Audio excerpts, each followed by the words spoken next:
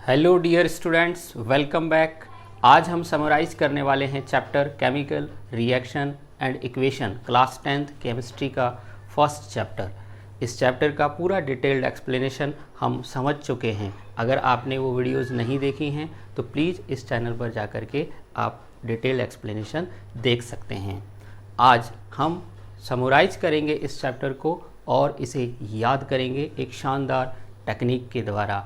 बिल्कुल सही देखा आपने थंबनेल पर। जैसा कि आपने थंबनेल पर देखा, अगले 20 मिनट में ये पूरा चैप्टर आपको याद होगा। इस चैप्टर को याद करने के लिए आज हम एक ख़ास टेक्निक माइंड मैपिंग का यूज करेंगे। माइंड मैपिंग टेक्निक के आविष्कारक मिस्टर टोनी बुज़ान को माना जाता है, जो कि एक ऑथर और एजुकेशनल कंसल्टेंट हैं।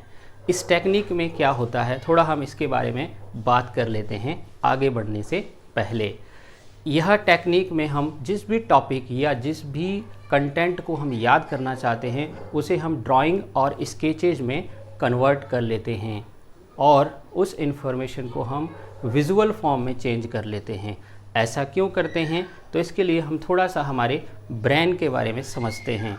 देखिए, हमारा जो ब्रेन है उसमें 100 बिलियन न्यूरॉन्स होती हैं और जब भी हम किसी भी इन्फॉर्मेशन को हमारे जो सेंस ऑर्गन्स होते हैं उनके द्वारा रिसीव करते हैं, मीन्स जब भी हम किसी चीज़ को सुनते हैं, देखते हैं, पढ़ते हैं, टेस्ट करते हैं, तो वह इन्फॉर्मेशन इन न्यूरॉन्स के थ्रू ही ट्रैवल होती है। और जब यह इन्फॉर्मेशन एक न्यूरॉन से दूसरे न्यूरॉन में जाती है तो दो न्यूरॉन के बीच में एक कनेक्शन बन जाता है जिसे हम सिनेप्स कहते हैं।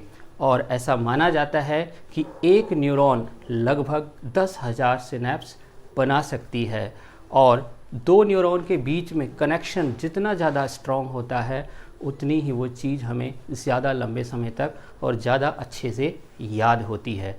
जैसे हम किसी भी चीज़ को बार बार रिवाइज़ करते हैं तो उसमें क्या होता है कि हम वो कनेक्शन को ही स्ट्रॉन्ग करते हैं। आपने देखा होगा, जिस चीज़ को हम ज़्यादा याद करते हैं, ज़्यादा अच्छे से बार बार याद करते हैं, तो वो चीज़ हमें लंबे समय तक याद रहती है। उसका कारण है कि उन न्यूरॉन्स के बीच का जो कनेक्शन है वो स्ट्रॉन्ग होता चला जाता है। तो अब हम ये कैसे कर सकते हैं? एक हमारे ब्रेन की एक और ख़ास बात है कि हमारे ब्रेन को इमेजेस यानी कि पिक्चर्स बहुत पसंद है। जैसे बेबी को बेस पसंद है, वैसे ही हमारे ब्रेन को इमेजेस पसंद हैं। जैसे मैं आपको एक एग्जांपल से समझाता हूँ। जैसे मैं आपसे बोलता हूँ चेयर, टेबल, फ्रिज, अलमीरा, तो अब मेरे को आप बताएं आपके दिमाग में क्या आया।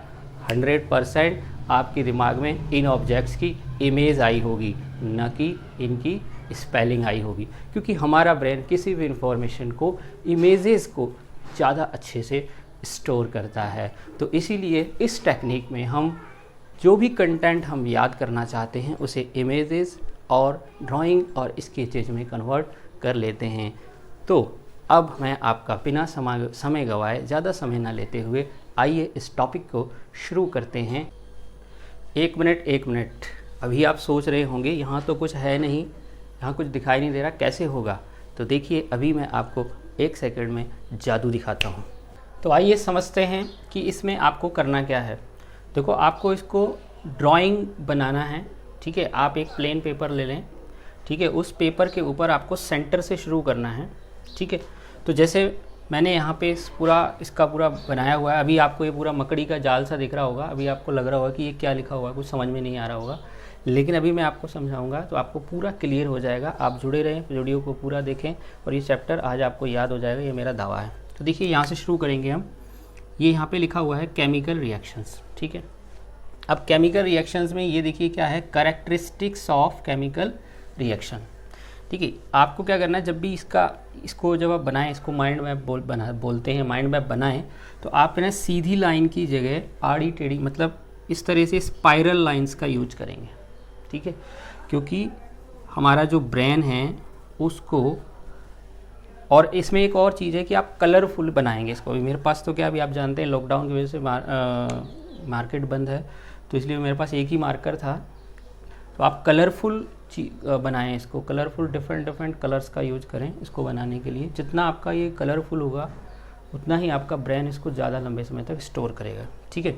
तो यहाँ से हम देखें कैरेक्टरिस्टिक्स ऑफ केमिकल रिएक्शन। तो अपन ने पढ़े थे कि इसके किसी भी केमिकल रिएक्शन के कैरेक्टरिस्टिक्स क्या होते हैं। देखो, सबसे पहला इवोल्यूशन ऑफ गैस, यानी अगर कहीं से गैस इवॉल्व होती है तो वो केमिकल रिएक्शन का कैरेक्टरिस्टिक्स है।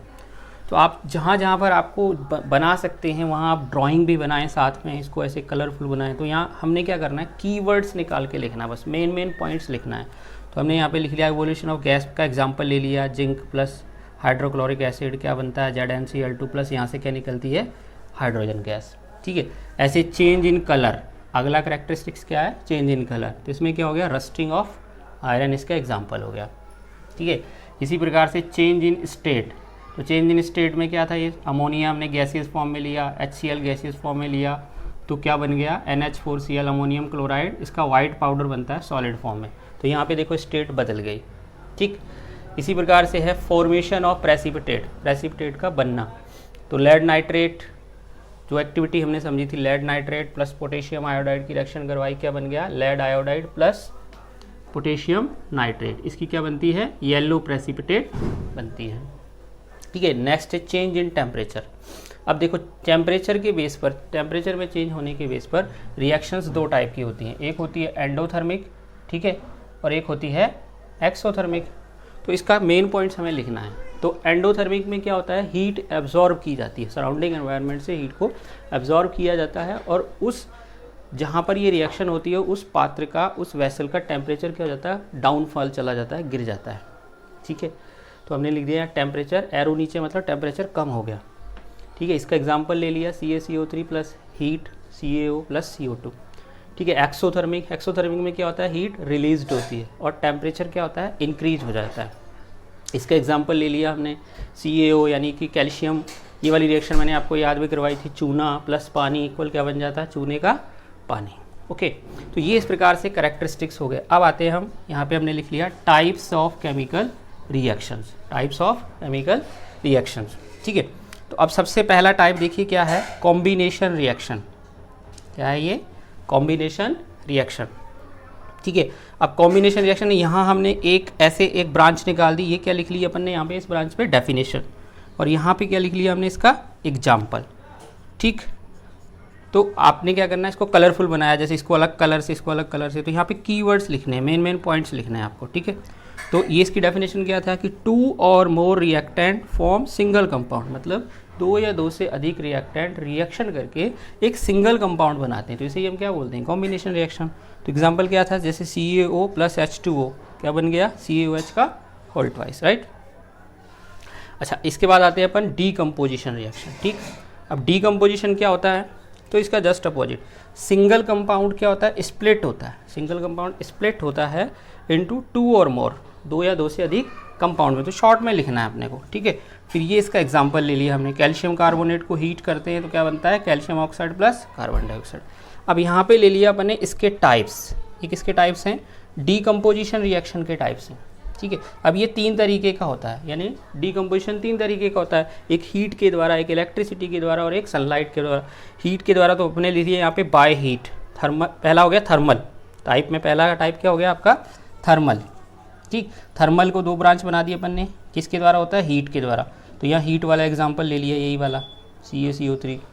ठीक, फिर लिया अपन ने bye electricity, sorry electrolytic, electrolytic किसके द्वारा होता है, इलेक्ट्रिसिटी के द्वारा होता है। ठीक, इलेक्ट्रिसिटी के द्वारा, ये एग्जांपल ले लिया हमने यहाँ पे 2H2O वाला। ठीक, एग्जांपल लिख दिया यहाँ पे। ठीक है, ये हो गया आपका फोटो डीकम्पोजिशन। फोटो डीकम्पोजिशन किसके द्वारा होता है, सनलाइट के द्वारा होता है। ठीक है, तो देखो यहाँ पे अपन सिल्वर क्लोराइड लेते हैं एक चाइना डिश के अंदर, उसको धूप में रखते हैं थोड़ी देर के लिए, सनलाइट में रखते हैं, है ना। तो आप यहाँ पे चाहो तो ये ऐसे ड्राइंग बना सकते हो, यहाँ ऊपर सनलाइट इस पर गिर रही है ना। तो ये सिल्वर कैसा हो जाता है, ये अभी पहले कैसा होता है, वाइट कलर का होता है, बाद में ग्रे कलर का हो जाता है, तो कलर में चेंज आ जाता है। नेक्स्ट है डिस्प्लेसमेंट। अब डिस्प्लेसमेंट में क्या होता है, मोर रिएक्टिव जो एलिमेंट होता है वो displace less reactive, more reactive displaces less reactive, short में लिख लिया हमने। मोर रिएक्टिव जो कम रिएक्टिव होता है उसको क्या कर देता है, डिस्प्लेस कर देता है। ठीक है, ये इसका एग्जांपल हो गया। जैसे कॉपर सल्फेट के सॉल्यूशन में हम क्या डालते हैं, आयरन डालते हैं, तो क्या बन जाता है, आयरन सल्फेट और प्लस कॉपर निकल जाता है, राइट। नेक्स्ट है डबल डिस्प्लेसमेंट। तो यहाँ से लेके अपन डबल डिस्प्लेसमेंट, यहाँ थोड़ी सी जगह कम पड़ गई थी, आप इसको थोड़ा अच्छे से बनाएंगे। डबल डिस्प्लेसमेंट में देखिए क्या है, डबल डिस्प्लेसमेंट की ये डेफिनेशन हो गई, exchange of ions, exchange of ions between reactants, यानी रिएक्टेंट के बीच में जो एक्सचेंज ऑफ आयंस होता है दैट इज़ डबल डिस्प्लेसमेंट। तो जैसे यहाँ पे Na2SO4 प्लस BaCl2, ठीक है, तो इनमें आयंस का एक्सचेंज क्या हो रहा है, देखो मैंने आपको बताया था Na पॉजिटिव, SO4 को आयंस में तोड़ोगे क्या आएगा, SO4 2 नेगेटिव, Ba को आयंस में तोड़ोगे 2 पॉजिटिव, क्लोरीन को आयंस में तोड़ोगे Cl नेगेटिव, ठीक है। अभी कैसे जुड़े हुए थे ये, इस प्रकार से जुड़े हुए, लेकिन अभी एक्सचेंज हो गए, सोडियम किसके साथ जुड़ जाता है जा करके, Cl के साथ, और Ba किसके साथ जुड़ जाता है, SO4 के साथ, क्या बन गया, बैरियम सल्फेट बन गया, राइट। बैरियम सल्फेट की क्या बनती है, वाइट प्रेसिपिटेट। तो ऐसी रिएक्शंस जिनमें प्रेसिपिटेट बनती है उनको हम प्रेसिपिटेशन रिएक्शन कहते हैं, ये आपको पता है, ठीक है, ऑलरेडी, ठीक है। और प्रेसिपिटेट क्या होता है, जब हम दो सॉल्यूशन को मिक्स करते हैं तो जो सॉलिड कंपाउंड बनता है that is precipitate. Okay, next है डबल डिस्प्लेसमेंट के बाद आता है आपका ये देखिए यहाँ पे रेडॉक्स। रेडॉक्स, अब रेडॉक्स क्या होता है, रिडक्शन और ऑक्सीडेशन रिएक्शन को कंबाइन फॉर्म में हम क्या बोलते हैं, रेडॉक्स बोलते हैं। तो सबसे पहले हम समझते हैं ऑक्सीडेशन क्या होता है। तो देखो, एडिशन ऑफ ऑक्सीजन, ऑक्सीजन का जुड़ना, and removal of hydrogen, oxygen का जुड़ना और हाइड्रोजन का निकलना क्या कहलाता है, ऑक्सीडेशन। अच्छा, एक और इसका ऑक्सीडेशन का है इलेक्ट्रॉन्स के बेसिस पर, इलेक्ट्रॉन थ्योरी के बेस पर भी हम इसको ऑक्सीडेशन और रिडक्शन को समझते हैं। ऑक्सीजन का इलेक्ट्रॉन्स का निकलना, इलेक्ट्रॉन का लॉस होना किसी कंपाउंड में से क्या कहलाता है, ऑक्सीडेशन कहलाता है, ठीक है। इसको याद करने की ट्रिक है OIL, ऑयल, ऑयल बोल दो आप, ऑयल। तो ऑयल से क्या हो जाएगा, O मतलब oxidation is loss of electron, इसकी फुल फॉर्म हो जाएगी oxidation is loss of electrons, ठीक है। अब रिडक्शन देखिए, तो इसका उल्टा करते जाना, एडिशन ऑफ ऑक्सीजन, तो एडिशन का उल्टा क्या हो जाएगा, रिमूवल ऑफ ऑक्सीजन। अब यहाँ पर रिमूवल है तो यहाँ क्या हो जाएगा, एडिशन ऑफ हाइड्रोजन। मतलब आपको एक चीज़ पकड़ना है बस कि ऑक्सीजन का जुड़ना ऑक्सीडेशन होता है, बस उसके बाद सारा आपको ऑटोमेटिक याद हो जाएगा। अब यहाँ पर देखो लॉस ऑफ इलेक्ट्रॉन, तो यहाँ क्या आ जाएगा, गेन ऑफ इलेक्ट्रॉन। तो इसको याद करने की भी ट्रिक है RIG, यानी कि reduction is gain of electrons, ठीक है।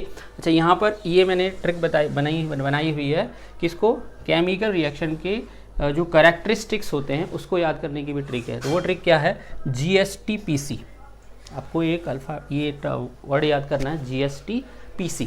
अच्छा, अब आप इसको याद कैसे करेंगे, आप इमेजिन करें कि आप GST भर रहे हैं, ठीक है, GST टैक्स भर रहे हैं, और वो किससे भर रहे हैं, अपने PC पर। अपने PC पर आप खुद ही क्या कर रहे हैं, PC मतलब पर्सनल कंप्यूटर पर आप क्या भर रहे हैं, GST भर रहे हैं।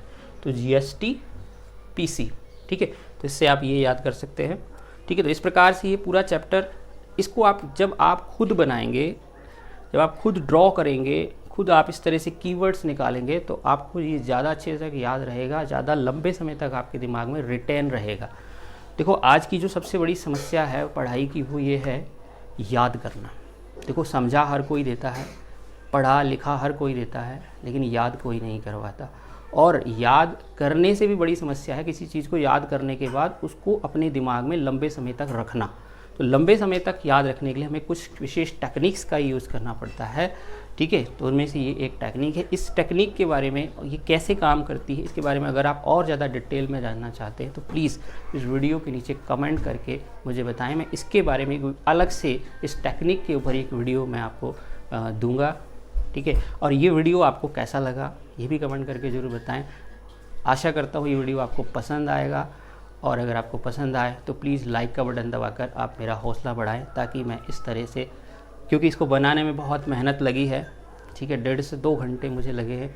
तो मेरी मेहनत का मुझे लगेगा कि यार वाकई में आप अगर लाइक करेंगे तो मुझे लगेगा कि वाकई में मेरी मेहनत सफल हो रही है। तो मैं और ज़्यादा, मुझे एक्साइटमेंट मिलेगा, ज़्यादा हौसला मिलेगा। तो मैं इस तरह के अच्छे अच्छे कंटेंट मैं आपके लिए लेकर आऊँगा, ठीक है। तो मिलते हैं नेक्स्ट वीडियो में। For watching this video, thank you very much.